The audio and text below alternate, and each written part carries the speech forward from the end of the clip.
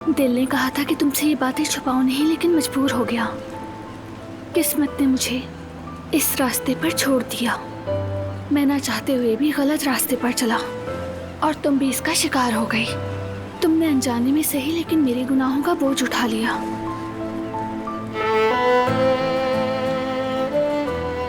बाबा ने लिखा है कि मैं एक अनचाहे रास्ते पर चला गया और मेरे गुनाह की सजा तुमने पाई। इसका क्या मतलब हुआ बारान? ऐसा क्या हुआ कि उन्होंने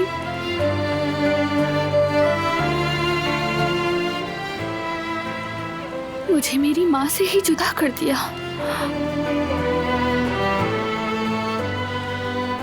अगर मैं उन्हें ढूंढ नहीं सकी बारान, अगर अम्मी मर। ऐसा बिल्कुल मत सोचो। ठीक कह रहे हो। हमें उनके बारे में अब तक कुछ मालूम नहीं है सिवाय उनके नाम के।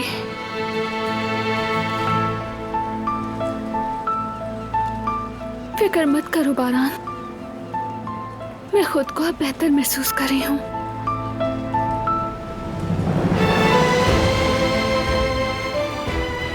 कम से कम अब मुझे उनके नाम तो मालूम है। लेकिन फिर भी मेरे जहन में हजारों सवाल हैं। मेरे बाबा को जेल क्यों जाना पड़ा? अम्मी से क्यों अलग किया? मेरी अम्मी कहाँ हैं? क्या वो अब भी मुझे तलाश कर रही हैं? मोहब्बत करती हैं? तुम्हारी अम्मी तुमसे मोहब्बत करती थी, इसमें जरा भी शक नहीं। काश मैं ये बात उनके मुंह से सुन पाती। काश वो एक बार मुझे अपने सीने से लगा देती, बेटी कहकर। बस मुझे और कुछ नहीं चाहिए।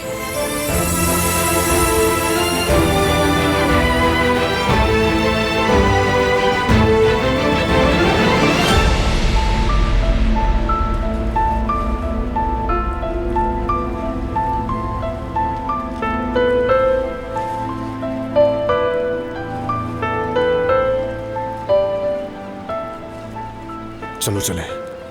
कहाँ? पहुंच के पता चल जाएगा।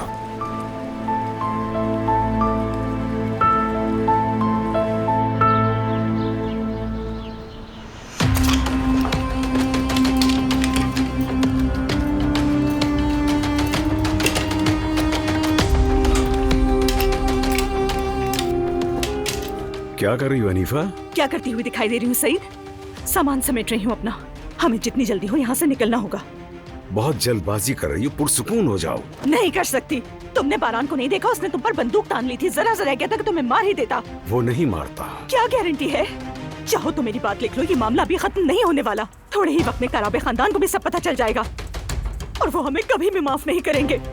हसन तो पहले ही ताक में बैठा है, मौका मिलते ही वार करेगा। अपनी भाभी को मारने वाले आदमी से कुछ भी बैद नहीं।